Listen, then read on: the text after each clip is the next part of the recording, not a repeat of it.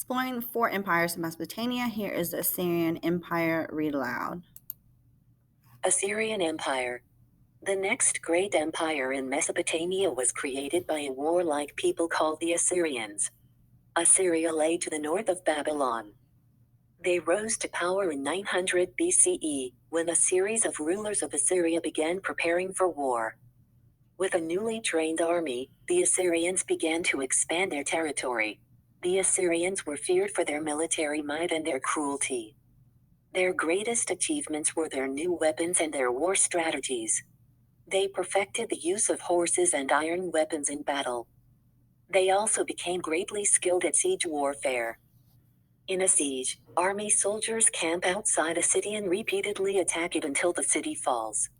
The Assyrians developed new ways of attacking cities. They were the first to use battering rams. These long, heavy beams on wheels were used for breaking down walls.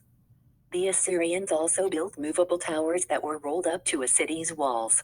Soldiers used the towers to climb over the walls. The Assyrians were often ruthless. They might force entire populations to leave areas they had recently conquered. Like other societies in Mesopotamia, the Assyrians dug canals to irrigate their land and keep it fertile for farming. They also built some of the first aqueducts. Aqueducts were pipes or channels used to carry water. Assyrian artisans were known for their two-dimensional sculptures called bas-reliefs. Many of their most famous bas-reliefs were on the palace walls. They were amazingly realistic. Often they showed the king hunting, fighting in battle, or enjoying family life.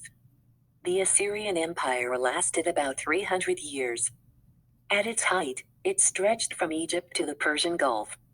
But its weakness lay in being too vast a territory to control. The army was stretched thin, and the Assyrians could not fight off neighbors who rose up against them. Questions. 1. What was the Assyrians' greatest advantage? 2. How did the Assyrians lose their empire? Page 4.